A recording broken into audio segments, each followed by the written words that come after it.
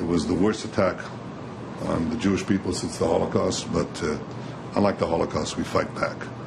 And we're fighting like lions with the support of the American government, the American people, and its representatives who are so well represented here. ביום הזה, במקום הזה, ובמקומות רבים בארצנו, אנחנו זוכרים את נופלינו, את חטופינו, שאנו מחויבים להחזירם, את גיבורינו שנפלו למען הגנת המולדת והארץ. עברנו טבח נורא לפני שנה, ואנו קמנו כעם, כאריות, העם כלביא יקום וכארי יתנשא. We're now going to light the Yortzeit candle, the memorial candle, and then observe a moment of silence.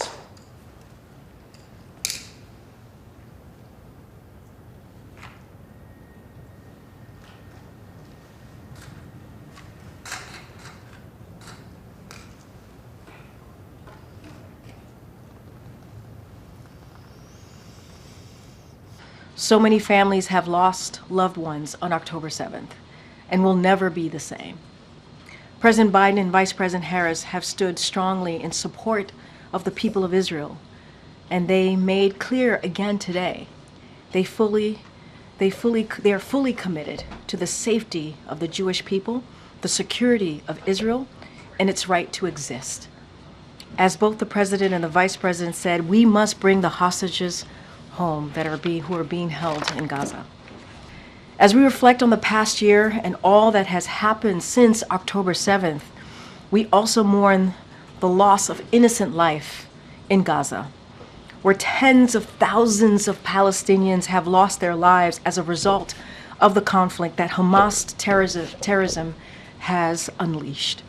Well, Canada is, of course, a friend to Israel and Israeli people. We've always been and will continue to be. And because we're friends, we want peace and security for Israel in the short, medium term, and long term. And we believe that that peace and security for people can only be achieved through the fact that we're able to find a solution that is true, a two-state solution, where Israelis and Palestinians will be able, in their different states, to live side by side in peace and security. That has been our position for a long time. That is today and will be tomorrow again our position. Today we mark a year since the horrific attack on Israel by the terrorists of Hamas. It was the bloodiest day for the Jewish people since the Holocaust. A day of sorrow, a day of grief. Over 1,000 people were massacred, hundreds taken hostage, in an attack born of hatred, targeted not just at individuals, but at Jewish communities, at their way of life, and at the state of Israel, the symbol of Jewish security to the world. For so many, the pain and horror of that day is as acute today as it was a year ago. They live it every day. Mr. Speaker, today is also a day of grief for the wider region as we look back on a year of conflict and suffering. The human toll amongst innocent civilians in Gaza is truly devastating.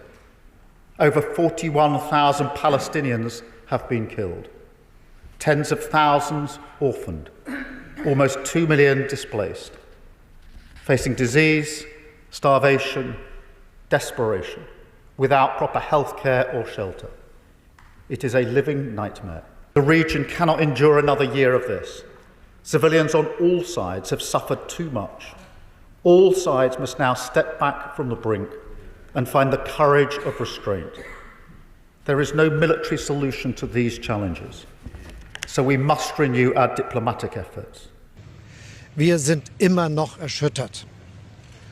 Und deshalb ist es auch so bedrückend zu wissen, dass unverändert unzählige israelische Bürgerinnen und Bürger, auch viele davon deutsche Staatsbürger, in Gaza inhaftiert, als Geiseln gehalten werden. Was jetzt notwendig ist, ist, dass es bald zu einem Waffenstillstand kommt, der mit der Freilassung der Geiseln verbunden ist und dass wir unsere Verantwortung wahrnehmen. Das gilt auch für unser Land und für die Situation hierzulande. Es ist bedrückend zu sehen, dass Antisemitismus eine größere Rolle spielt als in den letzten Jahren. Und das war schon immer schlimm und bedrückend. Face à l'horreur de cette attaque terroriste, de cette barbarie que la France a condamnée dès le premier jour, face aux attaques récentes du Hezbollah et de l'Iran, je veux dire et redire que la sécurité de l'État d'Israël n'est pas et ne sera jamais négociable.